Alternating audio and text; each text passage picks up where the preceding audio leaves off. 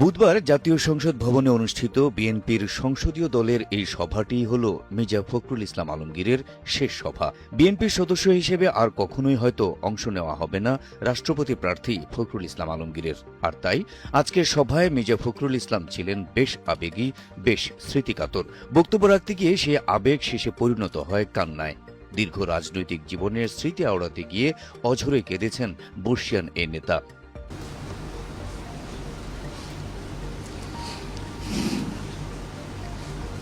ফোটানোর ঝামেলা ছাড়াই নিরাপদ পানির জন্য ঘরে আনুন পিওরিট। কল করুন 16627। বুধবার বেলা 2টায় সংসদ ভবনের সরকারি দলের সভাকক্ষে সভা শুরু হয়ে চলে প্রায় 1.5 ঘণ্টা।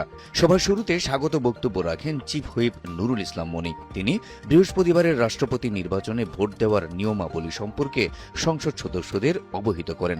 এক পর্যায়ে সভায় বক্তব্য রাখেন মির্জা ফখরুল ইসলাম আলমগীর। শুরুতেই দলের প্রয়াত চেয়ারপারসন খালেদা জিয়া, প্রতিষ্ঠাতা জিয়াউর রহমান ও বর্তমান চেয়ারম্যান তারেক রহমানের প্রতি কৃতজ্ঞতা জানান। দীর্ঘ রাজনৈতিক জীবনে কোনো ভুলভ্রান্তি হয়ে থাকলে সহকর্মীদের কাছে ক্ষমাও চেয়ে নেন। তারপর দীর্ঘ রাজনৈতিক জীবন থেকে তুলে আনেন টুকরো টুকরো ইতিহাস। এক পর্যায়ে আবেগের স্রোতে ভেসে ভেঙে পড়েন কান্নায়।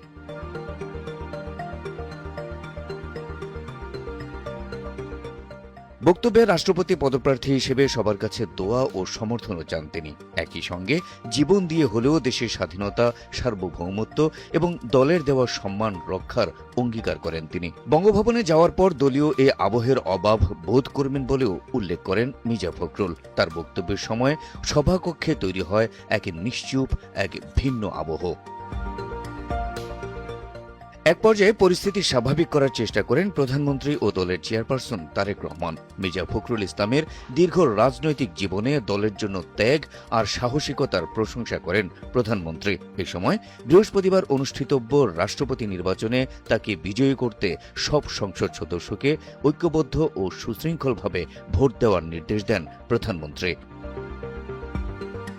দীর্ঘ রাজনৈতিক ক্যারিয়ারে বহুবার সংসদীয় দলের সভায় অংশ নিয়েছেন মির্জা ফখরুল ইসলাম আলমগীর। তবে আজকের অনুভূতি তাকে কখনোই স্পর্শ করেনি। কয়েক দশকের রাজপথের আন্দোলন আর মিছিল মিটিংয়ের উত্তাল দিনগুলো নিশ্চয়ই স্মৃতিকাতর করে তুলবে রাষ্ট্রপতি মির্জা ফখরুলকেও। Habib Rasel, NTV online.